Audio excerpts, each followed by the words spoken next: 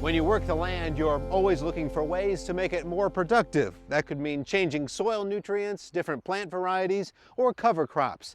But for one Virginia family, it means something else: decreasing erosion and improving water quality for future generations. Get him moving a little bit. A father and son getting ready to show goats at the county fair. This kind of scene is familiar to farm families for generations. But that's not Robert Mills' story. He's something you don't see a lot of in the Heartland, a first-generation farmer who grew up in the city. Spending time on a farm as a youngster, he fell in love with the lifestyle and made up his mind. Most 13-year-olds don't make their mind up on what they want to do when they grow up, but I did. So Robert joined the FFA Youth Agriculture Group and started taking agriculture classes in school, and went to talk to his school counselor. And she looked at me and she said, "Robert, you're too smart to be taking these agriculture classes. We need to have you enrolled in some of the other classes.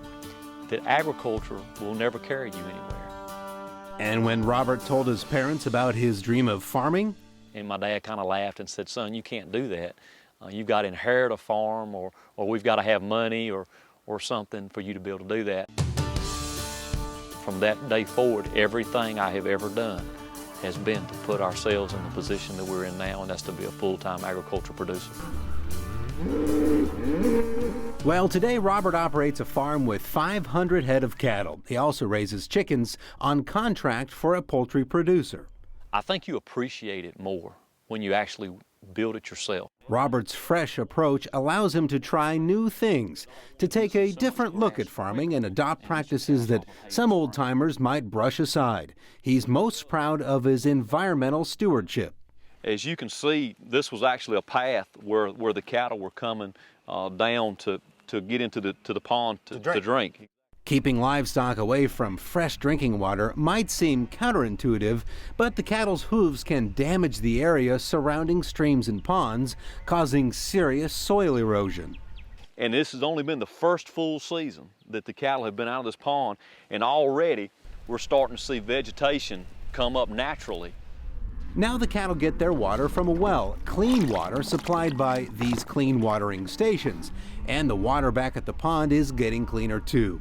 If a cow isn't drinking down here, well, that cow isn't doing something else down here either. This past summer, it was a gentleman, he said he'd been fishing here for about 15 years, and this was the first summer that he can ever remember seeing the bottom of the pond. Of course, it's hard to see the impact here. This has only been fenced off for a short time. But take a look at another pond that Robert fenced off several years ago. Trees are growing back, the water is clear, and the wildlife is back. This particular area we actually reforested, planted some fruit-bearing trees, fenced the cattle out, which gave them water, it gave them habitat, and it also gave them food. This is what that other one will look like in a few years. You give the one we looked at previously about 3 or 4 years, and you'll start to see a lot of these woody vegetation come in.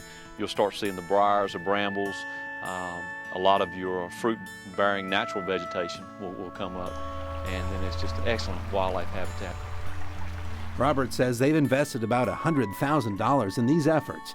Cost-sharing programs with the state and federal government help ease the burden. But if you look at the benefits, it makes us better managers because we can rotationally graze and have water in multiple paddocks. I think we get paid back over time for the money that we actually put into these practices.